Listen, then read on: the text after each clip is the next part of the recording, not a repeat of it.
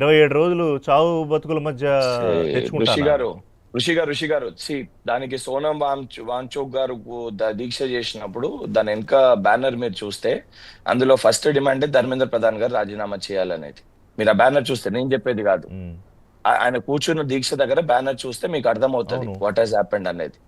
And దాని తర్వాత ఆయన మాట్లాడిన సిచ్యువేషన్స్ బట్టి ఏదైతే ఉన్న దాని ప్రకారం మాట్లాడి, సరే నేను ఇది వ్యక్తిగతంగా నేనేం అంటే వ్యతిరేకిస్తలేను. Party, Congress but party but పరంగా ఒక కదా ఒక ఆయన ఒక అనేది.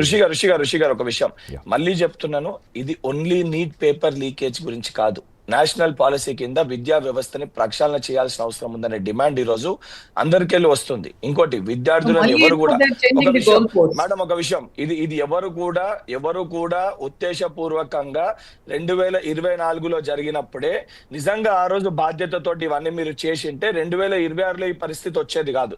ఎన్టీఏ సంబంధించి అక్కడ ఫుల్ టైం ఎంప్లాయీస్ లేరు, కాంట్రాక్ట్ అవుట్ సోర్సింగ్ తోటి రన్ చేస్తున్నారు. ఎన్టీఏ అనేక ఎగ్జామినేషన్స్ 80 పేపర్స్ లీక్ అయినాయి లాస్ట్ 12 years లో. కేంద్ర పరిధిలో 80 పేపర్లు లీక్ అయిన లాస్ట్ 12 సంవత్సరాలలో. 12 సంవత్సరాలు పట్టింది విద్యార్థులు రోడ్లపైకి వచ్చి ఈ రోజు ఆందోళన చేస్తుంటే వాళ్ళపైన లాఠీ చార్జ్ చేసి సిచ్యువేషన్ అవుట్ ఆఫ్ కంట్రోల్ అయిపోయిందని తెలిసినాక ఈ రోజు ఎన్టీఏకి సంబంధించిన కాదు ఒక నిమిషం రేణుక్ గారు, నాకు పొలిటికల్ గా రేణుక్ గారు అన్న దాంట్లో ఏంటంటే దీన్ని సొల్యూషన్ రాకుండా అడ్డుకుంటోంది మీరే అంటున్నారు. ఋషి గారు, సొల్యూషన్ రాకుండా అడ్డుకోవాల్సిన అవసరం ఏముంటది? ఏదైతే డిమాండ్స్ పెట్టిరో ముందు ఏదైతే విద్యార్థులకు క్షమాపణ చెప్పొచ్చు కదా. విద్యార్థులు డిమాండ్ చేస్తారు కదా, క్షమాపణ చెప్పకపోగా వాళ్ళని యాంటీ సోషలిస్ట్ లెక్క వాళ్ళ భారతీయ జనతా పార్టీ కొంతమంది, మన బండి సంజయ్ గారు నేను ఏమని మాట్లాడిందండి, భారతీయ జనతా పార్టీ కొంతమంది కేంద్ర మంత్రులు ఏమని మాట్లాడుతున్నారు, యాంటీ సోషల్ ఎలిమెంట్స్ లెక్క బంగ్లాదేశ్కి వెళ్ళి నేపాల్కి వెళ్ళి దేనికండి చెప్పడము. భారతదేశ యువత ఈ రోజు ఆందోళన చేస్తుంటే వాళ్ళపైన దాడులు చేసి దాన్ని ఇంకా రెచ్చగొట్టే విధంగా ఎవరి రోజు ప్రసంగాలు చేస్తున్నారు, రెచ్చగొట్టే విధంగా ఎవరు మాట్లాడుతున్నారు. అదే సందర్భంలో BJP veteran leader Murali Manohar Joshi RSS లో కొంతమంది ఇప్పుడు అవలంబించే విధానం కరెక్ట్ కాదు అని కూడా చెప్తున్నారు, సపోర్ట్ చేస్తున్నారు.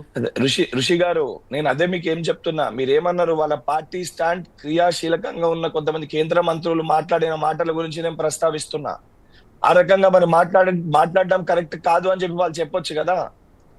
ఈరోజు సిస్టమ్ పైన జరిగితే ఓన్లీ నీట్ పేపర్ లీకేజ్, మేము re-exam is not the solution. Re-exam పెట్టినా మేము ఇమీడియట్ గా అంటే ఎందుకు నిన్న చర్యలు తీసుకుర్రు అంతమంది కదా చనిపోయారు, చాలా మంది 26 మంది చనిపోయారు. నీట్ ఎగ్జామ్ రీకండక్ట్ చేసి ఏమవుతుందో అర్థం కాక 26 మంది ఆత్మహత్యలు చేసుకున్నారు. 26 మెంబర్స్ చేసుకో ఋషి గారు. లాస్ట్ 3 years లో దిస్ ద సెకండ్. ఒకటి వెంకట గారు, ఇప్పుడు జరిగిపోయిన దాన్ని ఎవరు అండూ చేయలేరు. ఇవాళ జరగాల్సింది ఏంటనేదే కదా చూడాలి. ఇన్ని రోజుల ఉద్యమం తర్వాత, నిరసన తర్వాత ఇంకా ఢిల్లీ దద్దరిల్లాలా, దేశవ్యాప్తంగా ఈ ఉద్యమాలు ఇంకా జరగాల. అలా జరిగితేనే మీరు అనుకుంటున్న, మీరు బీజేపీని గద్దెదించాలనుకుంటున్న ఒక ఎజెండాలో దీన్ని ఒక పెద్ద అస్త్రంగా మీరు ఉపయోగించుకోబోతున్నారా?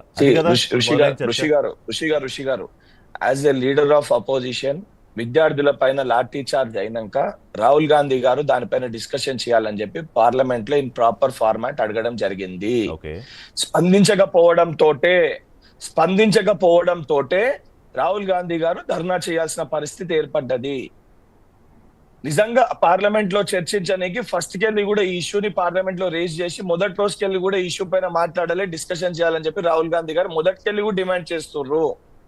లాఠీ చార్జ్ చేసిన తర్వాత దేని గురించి లాఠీ చార్జ్ చేసారు, ఈ రకంగా లాఠీ చార్జ్ చేయడం సరైన విధానం కాదని in proper format leader of opposition with all political party leaders తోటి కలిసి స్పీకర్ గారిని వెళ్ళి అడగడం జరిగింది.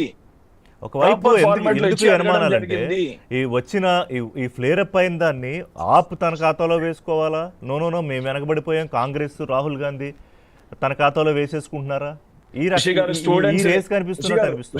ఋషి గారు, ఎక్కడ కూడా యువతని ఆప్ పార్టీయో మేమో భారతీయ జనతా పార్టీ ఈ రోజు ప్రొవోక్ చేస్తే దాంట్లో ప్రొవోక్ అయిపోయి యువత ఈ రోజు స్వచ్ఛందంగా అంతమంది లక్షలాది మంది రోడ్లపైకి రారు ఋషి గారు. అండ్ ఇది కేవలం మొన్న ఒక నీట్ పేపర్ లీకేజ్ వల్ల వచ్చిన అవుట్రేజ్ కాదు. ఇది లాస్ట్ 12 years లో అనేక పేపర్స్ లీక్ అయినాయి.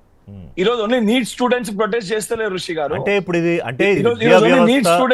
విద్యా వ్యవస్థలో కాదు వెంకట్ గారు, మీరు చెప్పేది ఇది విద్యా వ్యవస్థలో అవినీతి, నిరుద్యోగుల్లో పెరిగిపోయిన అసంతృప్తి, దాని అంతటికీ ఒక అవుట్రేజియస్ మిర్రర్ ఎఫెక్ట్.